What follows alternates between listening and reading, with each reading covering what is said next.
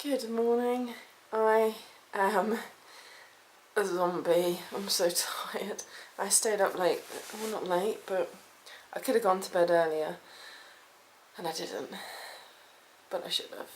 Everything hurts. My legs are tired. But I woke up when the sun came out, which was about 6 o'clock. So I'm going to go get first lift again. It's cloudy at the moment. It's supposed to be cloudy and sunny today, but it's got a high of -5. So I've got extra layers on today, including my 7 Dwarfs Snood, which I got at Disneyland Paris in January. So yeah, we're about to head off.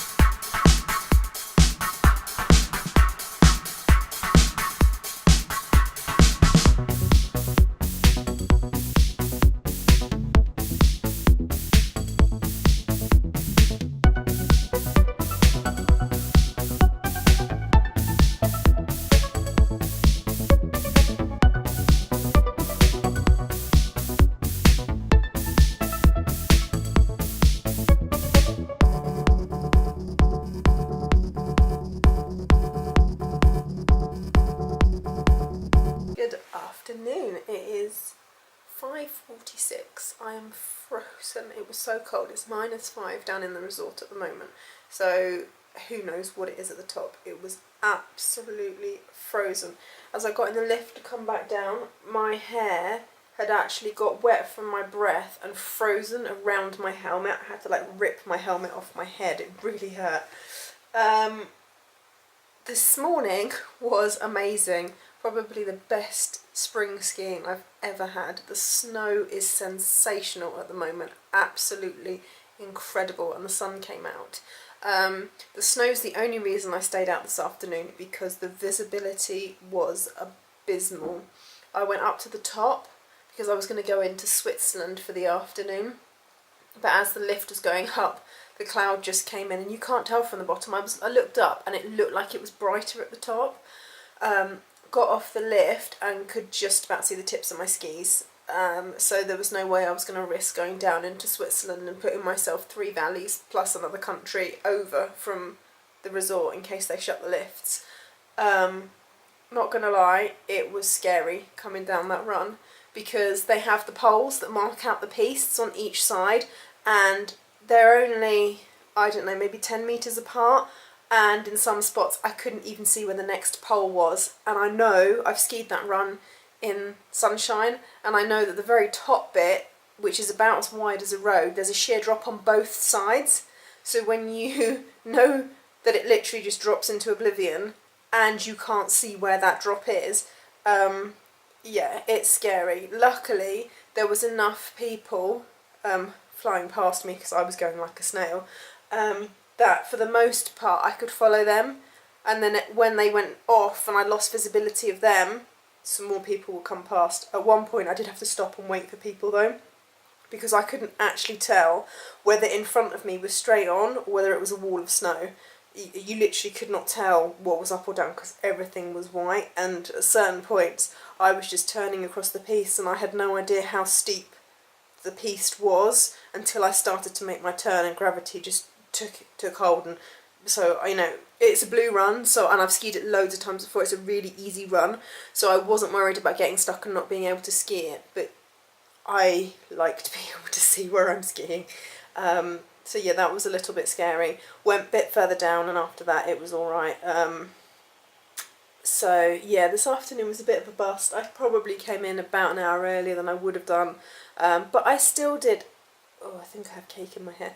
I still did 5.5 hours. My phone unfortunately died because it's only got 2 hour battery life, at 24.5 miles, and an hour pretty much before I finished skiing. But I did exactly the same route home yesterday, which I didn't realise, so I could actually just look at yesterday's and go, okay, well that died 4.5 miles from when I finished skiing, so I know that I actually did 30 miles in 5.5 hours.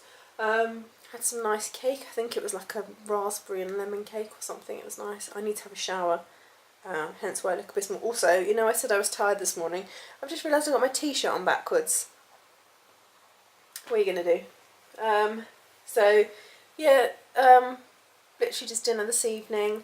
One thing I must say, I know this is not supposed to be a long vlog and I am rambling, but the hotel, the building is nice, the location is nice, the staff are a bit wishy-washy, and I think it's because I'm by myself. I find this, I do lots of solo ski trips, and staff in hotels react 2 ways to you when you're by yourself. They're either really helpful, really friendly and look after you, or they kind of ignore you, and this hotel is the they ignore you type, which is a bit annoying. During breakfast they bring you the menu for dinner and ask you what you want while you're eating. I'd eaten what I wanted for breakfast, they still hadn't come over, so I went and made myself a sausage sandwich, which I didn't really want, but I sat down, waited for someone to bring me the menu, and they still didn't, so I actually had to go and ask somebody if I could give them my dinner order. Don't know what's happening tomorrow. I know that my transfer tomorrow is coming to pick me up at 5:10. Don't know if I have to empty the room, don't know if I can store my stuff anywhere, don't know if there's showers before we get to go to the airport, so I'm going to have to go and ask that stuff out. I mean, I presume they would have told us that in the welcome meeting if they had one, but I mean, the hotel, the building's lovely, apart from the fact I have no curtains. Can't fault the hotel, but yeah, the staff are a bit and the food is very pretentious. You get 5 courses. I can't remember if I said this yesterday. You get 5 courses, first of which is a little canapé, which is just pointless. Then there's a salad, which is just the same salad with the same vinaigrette with just a different thing on top every day. And today's choices were either chicken breast and potatoes or fish and chips. No, I don't eat potatoes and I don't eat fish, so I've gone for chicken breast, but I presume I'm literally just going to be eating a chicken breast and some bread. So yeah, what I'll do now is I'll get the map out and show you where I went, and that will probably be it for today. So today started in Morzine and I came up here and went up into Avoriaz. Now the plan was to go over to Le Creuset in Switzerland, but to do that I had to get to this lift here, but I ended up at this lift here instead. Basically there's a really nice run down here, and instead of going over to this lift I got carried away and ended up down in, this is the Linderay Bowl.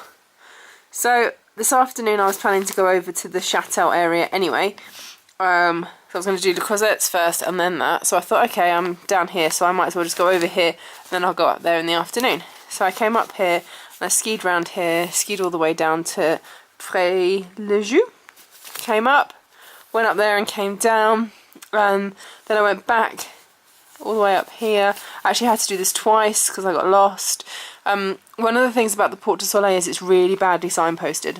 In the 3 valleys, when you get to a point where 2 pistes separate or meet, you've got these like banners that show you which way to go. Here, you're on your own until you find a lift, and then you're like, oh, that's not where I wanted to be. So instead of coming down here, this tiny little bit here, I carried on going, where did it go? Oh yeah, this little bit here, down to here, instead of going that way. So I had to go up and do it again. And then I went back to Linderay for lunch, and at that point the cloud had started coming in, but I was looking up here, which was the crossing point into Le Creuset, and it looked brighter. So I came up here, and it wasn't brighter, it was literally 0 visibility, and as I said earlier, it was very scary. I couldn't see anything, especially because I know along here this bit is literally as wide as a road with a sheer drop on either side. So it took me a while to get back down, and then after that I just decided just to poodle around. So I did a couple of runs down here, that really nice run that I like, and then I had to come all the way back down. So in total it was about 30 miles in 5.5 hours.